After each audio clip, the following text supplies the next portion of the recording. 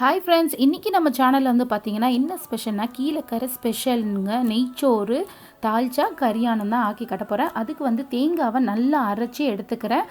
அதுக்கப்புறம் மட்டன் வந்து நான் கொஞ்சம் லிவரோடு சேர்த்து எடுத்துக்கிறேன், ஈரலோட. அதுக்கப்புறம் தால்ச்சாவுக்கு வந்து நான் சைடில் வந்து போட போகிறேன். தால்ச்சா வந்து நார்மலாகவே வந்து பார்த்திங்கன்னா துவரம்பருப்பு 1 கிளாஸும் 1/4 கிளாஸ் வந்து கடலைப்பருப்பும் சேர்த்து போட்டால் ரொம்ப டேஸ்ட்டாக இருக்கும். பட் நாங்கள் இன்றைக்கி வந்துட்டு துவரம்பருப்புலேயே வந்து பண்ண போகிறேன். ஃபுல்லாக சைடில் வந்து தால்ச்சாக்கு ரெடி பண்ணிகிட்ருக்கேன். அதில் வந்து 2-3 முள் போட்டுட்டு நம்ம தால்ச்சா பண்ணும்போது ரொம்ப வாசனையாக நல்லா டேஸ்ட்டாக இருக்கும். இதுக்கு 2 விசில் போட்டு எடுத்துக்கலாம். இது வெந்துட்டு இருக்க டைமில் வந்து பார்த்திங்கன்னா சைடில் வந்துட்டு அரிசி கழிஞ்சி எடுத்துக்க போகிறேன். நான் நார்மல் ரைஸ் தான் எடுக்கிறோம். நார்மலாக நம்ம சாப்பிட்ற புழுங்க அரிசி தான் எடுத்துக்கிறேன். அது வந்து 2 கப்பு அரிசி எடுத்துக்கிறேன். இது நல்லா வந்துட்டு கழுவிட்டு அதை கொஞ்சம் நேரம் ஊற வைக்க போகிறேன்.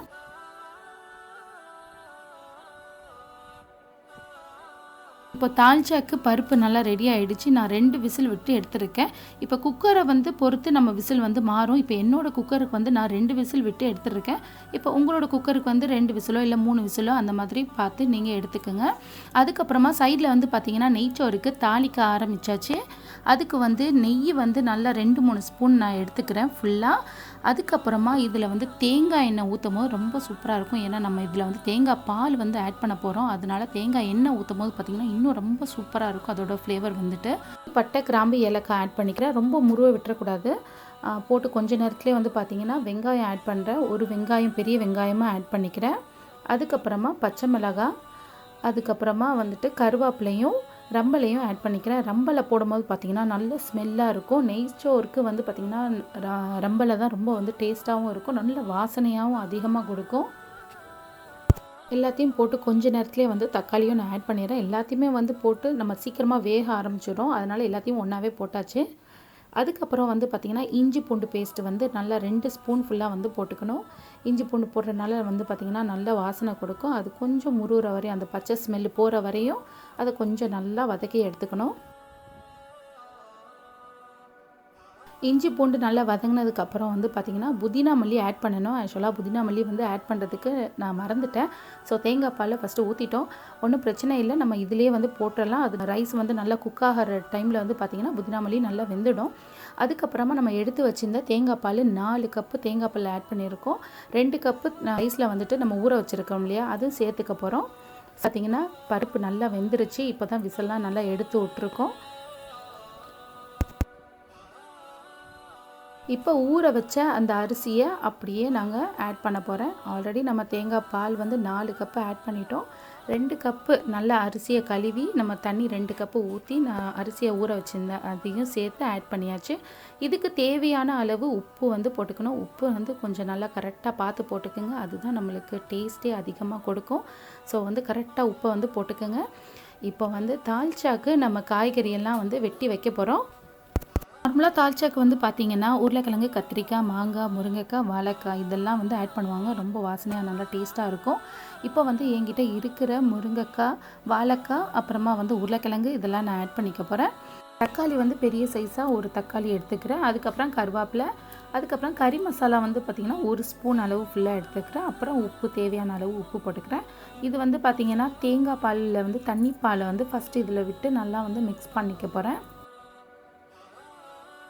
நல்லா மிக்ஸ் பண்ணிவிட்டு நம்ம அடுப்பில் ஏற்றிட வேண்டியது தான். அதுக்கப்புறம் சைடில் வந்து பார்த்திங்கன்னா நெய்ச்சோறு கமகமன்னு நல்ல வாசனையாக ரெடி ஆகிட்டே இருக்குது. இதில் வந்து பார்த்திங்கன்னா நம்ம போட்ட அந்த கருவேப்பிலையும் அதுக்கப்புறமா அந்த ரம்பலையும் ஸ்மெல்லும் வந்து பார்த்திங்கன்னா வீடே வந்து ரொம்ப கமகமன்னு வாசனையாக இருக்குது. அதுக்கப்புறம் இந்த தால்ச்சாக்கு வந்துட்டு ஒரு அரை வெங்காயம் இருந்தால் போதும். அதை நல்லா வெட்டிட்டு அதுக்கப்புறமா கட்டிப்பால், தேங்காய் பால் வந்து நான் ஆட் பண்ணிக்கிறேன். இப்போது சைடில் வந்து பார்த்திங்கன்னா ஆல்மோஸ்ட் நம்ம ரைஸ் வந்து ரெடி ஆகிடுச்சு. இப்போ நல்லா வெந்துருச்சா அப்படின்னு சொல்லிட்டு பார்த்துக்கலாம். இப்போ நெய்ச்சோறு வந்து ரெடி ஆகிடுச்சு, நல்லா குக் ஆகிடுச்சு. ஸோ அது வேலை முடிஞ்சிருச்சு, அவ்வளோதான். இப்போ இதை வந்துட்டு நல்லா வந்துட்டு கீழேருந்து ஃபுல்லாக எடுத்து நல்லா கிண்டி விட்டுட்டு அதை அப்படியே எடுத்து வச்சிடலாம். அதுக்கப்புறம் வந்து பார்த்திங்கன்னா கறி ஆக்கிறதுக்கு வந்து நான் கறி ஈரலோடு சேர்த்து எடுத்துருந்தேன் அப்படின்னு சொல்லியிருந்தேன் இல்லையா. இப்போ அதில் வந்து கொஞ்சம் தேவையான அளவு உப்பு, கறி மசாலா தூள் போட்டுக்கிறேன். எங்கள் ஊரில் வந்து பார்த்திங்கன்னா ஜீராத்தூளும் மல்லித்தூளும் வந்து தனித்தனியாக அரைச்சி வச்சுருப்பாங்க. மல்லித்தூளில் 2 ஸ்பூனும் ஜீராத்தூளில் 2 ஸ்பூனும் நான் ஆட் பண்ணிக்கிறேன். இப்போ போட்ட எல்லா மசாலாவும் கறியில் நல்லா வந்து படுற மாதிரி நல்லா பரட்டி வச்சுக்கலாம். சைடில் வந்து தால்ச்சா நல்லா கொதிச்சிட்டு இருக்கு. இப்போ தான் வந்து நான் மாங்காய் வந்து ஆட் பண்ணுறோம். ஏன்னா முன்னாடியே நம்ம ஆட் பண்ணோம்னா அந்த மாங்காய் வந்து கரைஞ்சிடும். அதனால நல்லா கொதித்து பாதி வெந்ததுக்கப்புறம் எல்லாம் போட்ட எல்லா காய்கறியும் பாதி வெந்ததுக்கப்புறமா மாங்காய் போட்டுக்கலாம். அதுக்கப்புறமா சைடில் வந்துட்டு இப்போ நம்ம கறிக்கு வந்து நம்ம தாளிக்க போகிறோம். அதுக்கு எண்ணெய் எடுத்திருக்கேன், நல்லெண்ணெய். அதில் வந்துட்டு பட்டை, கிராம்பு, ஏலக்காய், ரம்பலை இதெல்லாம் போட்டு கொஞ்சம் லைட்டாக முறணும், ரொம்ப வந்து ப்ரௌன் ஆக்கிடக்கூடாது. அதுக்கப்புறம் வெங்காயம், நல்லா ஒரு வெங்காயம் பெரிய வெங்காயமாக எடுத்திருக்கேன். கருவேப்பிலை, புதினா, மல்லி, அதுக்கப்புறமா பச்சை மிளகாய் வந்து காரத்துக்கு ஏற்ற மாதிரி எடுத்துக்கலாம். இதெல்லாம் நல்லா வதக்கிட்டு அதுக்கப்புறமா வந்து தக்காளி, ஒரு பெரிய தக்காளியும் ஆட் பண்ணிக்கிறேன். இதெல்லாம் நல்லா மிக்ஸ் பண்ணி எடுத்துக்கலாம். இப்போ தால்ச்சா வந்து ஆல்மோஸ்ட் ரெடி ஆகிடுச்சு. இப்போ நம்ம போட்ட எல்லா வெஜிடபிள்ஸும் வந்து பார்த்திங்கன்னா இப்போ வெந்துருச்சு. இதுக்கப்புறம் நல்லா கட்டி புளியாக வந்து எடுத்துக்கணும், நல்லா கரைச்சி அதை ஊற்றிக்கணும். இதில் புளி வந்து நல்லா வந்துட்டு கரெக்டாக புளியும் உப்பும் வந்து கரெக்டாக இருந்தால் தால்ச்சாக்கு நல்லா அடிப்படியாக இருக்கும். அதுக்கப்புறமா கறிக்கு வந்து நம்ம வெங்காயம் தக்காளிலாம் லைட்டாக வெந்ததுக்கப்புறமா இஞ்சி பூண்டு நல்லா 2 ஸ்பூன் அளவுக்கு போட்டுட்டு அந்த பச்சை வாசனை போகிற வரையும் நல்லா வதக்கி எடுத்துக்கலாம். இஞ்சி பூண்டுலாம் நல்லா வதங்கினதுக்கப்புறமா அந்த எண்ணெயில் வந்து மிளகாத்தூள் வந்து ஆட் பண்ணிக்கிறோம். 2 ஸ்பூன் அளவுக்கு நான் ஆட் பண்ணிக்கிறேன். அந்த எண்ணெயில் போட்டு நல்லா மிக்ஸ் பண்ணும்போது தான் அந்த மிளகாத்தூளுக்கே வந்து பார்த்திங்கன்னா நல்லா கலர் கொடுத்துட்டு மேலெல்லாம் வந்துட்டு அந்த எண்ணெய் விட்ட மாதிரி ரெட்டிஷாக வரும். ஸோ அதனால் நல்லா வந்துட்டு எண்ணெயில் போட்டுட்டு அதுக்கப்புறமா நான் தாளிப்புக்கு நான் எடுத்துக்கிறேன். அதுலேயே வந்து கொஞ்சமாக எடுத்துக்க போகிறேன். இப்போ இந்த கறி வந்து நம்ம பரட்டி வச்சிருந்த மசாலாவில் பரட்டி வச்சதை இதை நல்லா மிக்ஸ் பண்ணிக்க போகிறோம். அந்த எண்ணெயிலேயே ஃபஸ்ட்டு வந்து தண்ணியை விடாமல் அந்த எண்ணெயிலே வந்து கொஞ்சம் நேரம் மிக்ஸ் பண்ணிவிட்டு அதுக்கப்புறமா கொஞ்சமாக தண்ணி விட்டுக்கலாம்.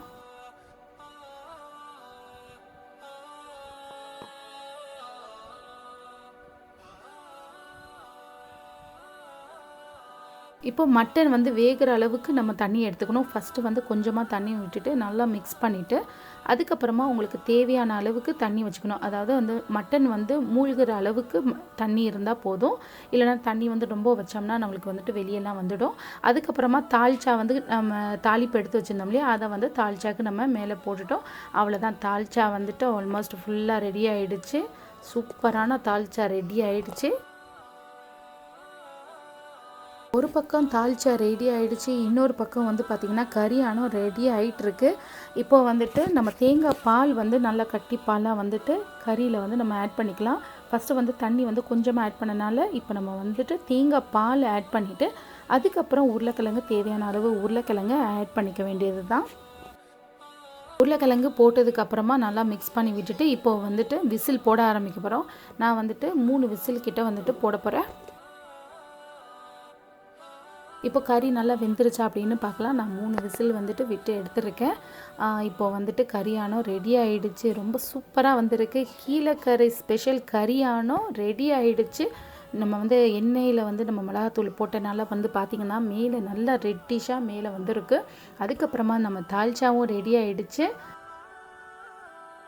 இப்போ அட்டிப்புட்டியான கீழக்கரை ஸ்பெஷல் கறியானோ தால்ச்சா நெய்ச்சோறு ரெடி ஆகிடுச்சு. நாங்கள் இப்போது சாப்பிட போகிறோம்.